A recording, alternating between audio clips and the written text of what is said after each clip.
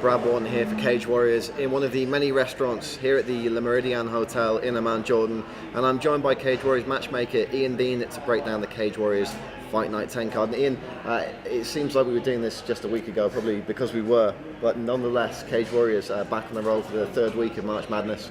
And kicking things off on the main card, we've got Yair AlSahari versus Colberth.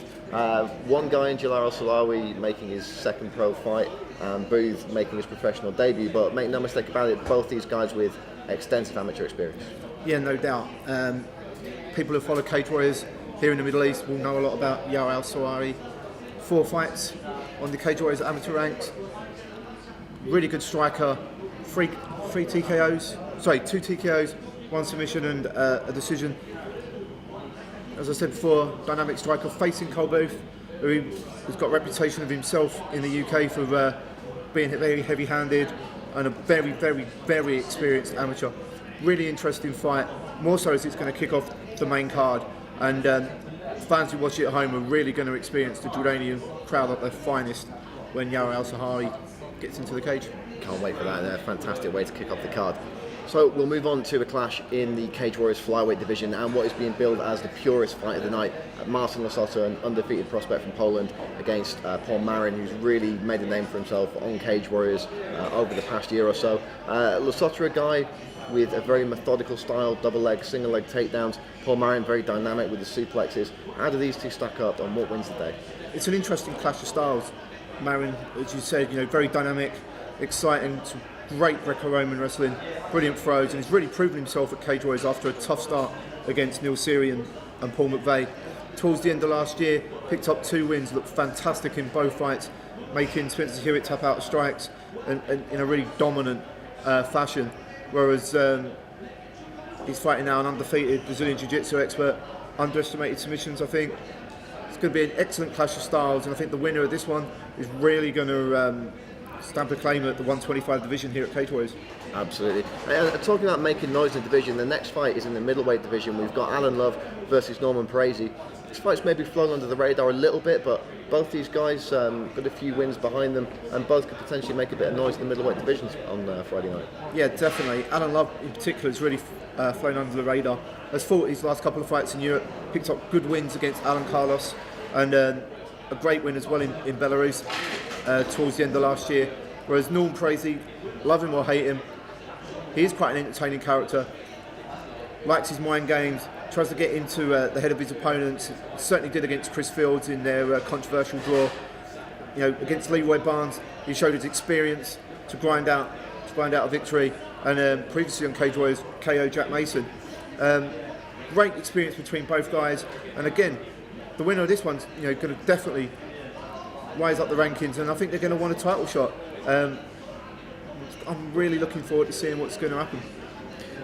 Speaking of looking forward, I'm looking forward to this next fight, and I think all the fans here in the Middle East and indeed around the world now are starting to look forward to Muhammad Ali fights. It's becoming a bit of an event here on Cage Warriors. He's fighting Malik. Ali's a huge fan favourite over here, but he's facing a very big, very dangerous banger in Malik. How does this one go down? It's going to be interesting. We've seen Muhammad Ali many times on Cage Warriors, and on several occasions he's fought much taller, much bigger opponents. People forget he is a small light heavyweight, at least by European standards or American standards, but devastating power puncher, and he'll have the crowd support. The crowd go crazy for him. He's nullified height and reach and size before, but he's also fighting someone as well vastly experienced. I think 17 wins. He's fought some tough guys himself, coming off a few wins as well. I don't know. I mean, this is the kind of fight that Muhammad Ali's going to need to win if he's really going to realistically be a contender at light heavyweight. But I think this could be one of his toughest challenges to date. It'll be very interesting to see how he deals with the very large Malik Murad. Co-main event time next. John Cullen versus Marat Peacock. Now, Marat Peacock's a guy we've seen in our last 2 trips to Jordan. Fought 2 very, very tough guys in James Brum and Ronnie Mann. Went to the decision with both those guys, and really no shame in the losses he picked up. But it's crunch time. He needs a win here. He's fighting a man who's going to be very, very big at the weight. It's the first time John Cullen's made this division. So how does Marat Peacock deal with this, and what does John Cullen bring to the table? John Cullen brings an excellent striking game to the table. A bit of an unknown, obviously, at the weight. It's going to be interesting to see how he adapts. He's looked good so far when we spoke to him earlier on today. But as you said, Murat, big fan support as well. But yeah, he definitely needs a win right now. Thrown in at the deep end, you could argue, against Ronnie Mann and James Blum. I think he's surprised both guys. Good all-rounder, very dangerous on the mat, which we know before has been Cullen's weakness. Tough to say what's going to happen. I think it's, again, like several other fights on the card, an interesting clash of styles. It's going to be interesting to see which guy is going to be, impose their game the most. Absolutely. Main event time, and it's something that Cage Warriors fans have been looking forward to for a long time. The debut of Jack Marshman facing a very dangerous German-based middleweight in Abu Azaitar.